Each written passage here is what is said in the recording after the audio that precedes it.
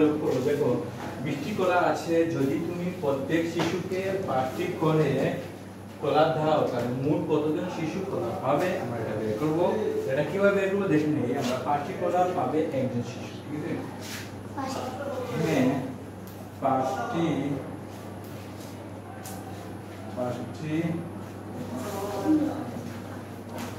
কলা পাবে কয়জন শিশু? একজন শিশুটা লিখে নিই, ঠিক আছে? ওকে, সুতরাং কয়টি মোটাতে? তো 20টি কলা পাবে। অবশ্যই কমবে, কমালে কি হবে?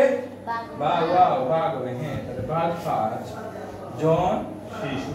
তাহলে এটাকে ভাগ দিলে কি হবে দেখো তো? 5 দিয়ে 20 কে ভাগ দিলে 4 5 এ 20, ঠিক আছে? 4 5 এ 20, তাহলে কত হবে?